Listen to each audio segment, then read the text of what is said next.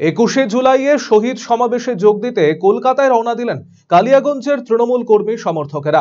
বৃহস্পতিবার রাতে কালিয়াগঞ্জ রেল স্টেশনে ব্লকের বিভিন্ন প্রান্ত থেকে দলীয় কর্মীরা জমায়েত হন। রাজ্য তৃণমূল সম্পাদক অসীম ঘোষের নেতৃত্বে রাধিকাপুর কলকাতা এক্সপ্রেস ট্রেনে করে শয়ে শয়ে তৃণমূল কর্মী কলকাতায় রওনা দেন। এদিন রেল স্টেশনে অন্যান্যদের মধ্যে উপস্থিত ছিলেন ব্লক তৃণমূল সভাপতি নিতাই বসু, পঞ্চায়েত সমিতির সভাপতি হিরণময় সরকার সহ অন্যান্য নেতৃত্ব। এদিন অসীম ঘোষ জানিয়েছেন, কালিয়াগঞ্জ থেকে সবে যাওয়া শুরু হলো শহীদ দিবস সভার উদ্দেশ্যে। দুদিন আরো কয়েক হাজার তৃণমূল কংগ্রেসের কর্মী রওনা দেবেন শহীদ দিবসের সমাবেশের উদ্দেশ্যে। কালকে থেকেই যাওয়া শুরু হয়েছে।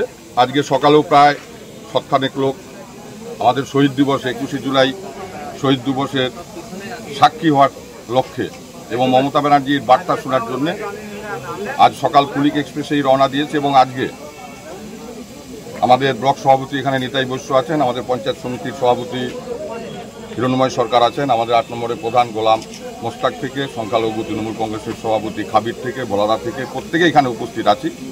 এবং আজকে এই রাধিকাপুর এক্সপ্রেসে অন্ততপক্ষে 6-4 কালিয়াগঞ্জ ব্লক থেকে তৃণমূল কংগ্রেসের কর্মী কলকাতার উদ্দেশ্যে আজকে রওনা হচ্ছে। কদিন ধরে যাত্রা এখান থেকে যাবে এবং কত মানুষ মনে করছেন যাবে কালিয়াগঞ্জ থেকে? আমরা অ্যাপ্রক্সিমেটলি আইডিয়া করছি কালিয়াগঞ্জ ব্লক থেকে অন্ততপক্ষে 1000-2-1 মানুষ এবার 21শে জুলাইয়ের শহীদ দিবসে উপস্থিত হবে এবং টাউন বাদ দিয়ে টাউন থেকেও অন্ততপক্ষে 1000 খানেক মানুষ আজকে এবারের 21শে জুলাই